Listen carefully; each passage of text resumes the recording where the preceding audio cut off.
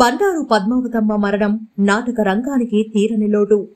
పిల్లు గంగాధర్ రెడ్డి ఆధ్వర్యంలో బండారు పద్మావతమ్మ సంతాప సభ నెల్లూరు టౌన్ హాల్లో బండారు పద్మావతి చిత్రపటానికి ఘన నివాళులు అర్పించారు. ఈ సందర్భంగా గంగాధర్ రెడ్డి మాట్లాడుతూ తెలంగాణ, కర్ణాటక, ఆంధ్ర పలు రాష్ట్రాల్లో ఎన్నో నాటకాలు వేసిన బండారు పద్మావతమ్మ మన మధ్యన లేకపోవడం ఎంతో బాధాకరమని తెలిపారు. తమ కుటుంబానికి ప్రగాఢ సానుభూతి తెలిపారు. ఈ కార్యక్రమంలో బండారు లతీఫ్, జయరాజ్ మోహన్ రెడ్డి, సిపిఎం పార్టీ పుల్లయ్య కోటేశ్వరరావు, మస్తానయ్య, బి శ్రీనివాస్ రెడ్డి, రేపాల లక్ష్మి తదితరులు పాల్గొన్నారు.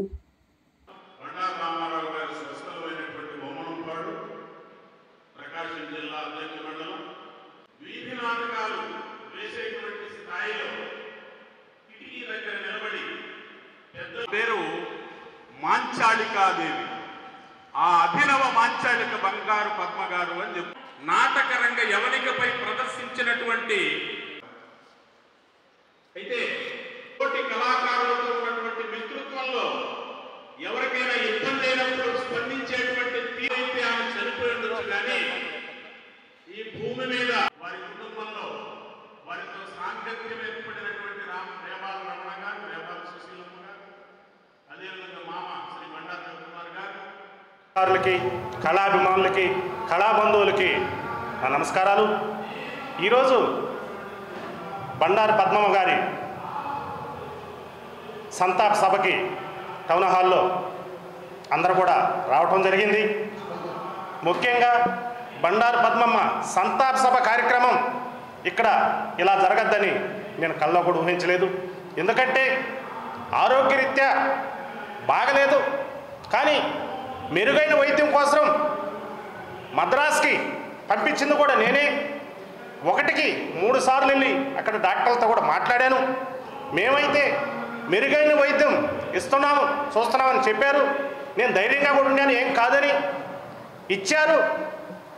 బాగా చూశారు. వచ్చిన తర్వాత శ్రీకాకుళం, విజయనగరం, ఒరిస్సా వరకు కూడా నాటకాలకి వెళ్ళొచ్చింది.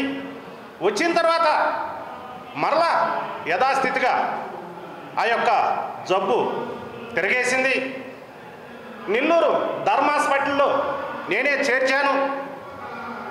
డాక్టర్ల గారితో కూడా మాట్లాడాను. లేదండి, ఈవిడికి మద్రాసులో ఎంత వైద్యం చేయాలో అంత వైద్యం కూడా చేశారు. ఏమీ చేయలేనటువంటి పరిస్థితి.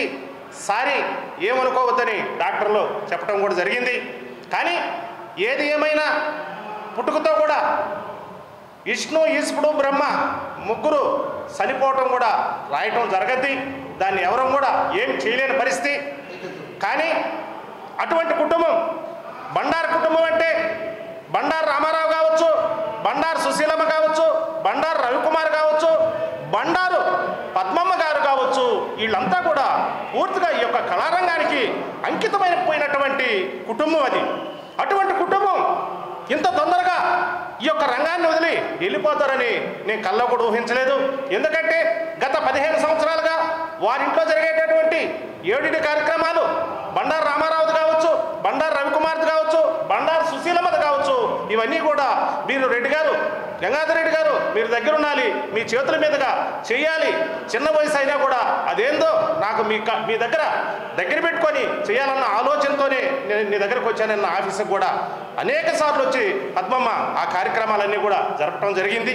కానీ ఈరోజు ఈ విధంగా జరగద్దని కల్లో కూడా ఊహించుకోలేదు.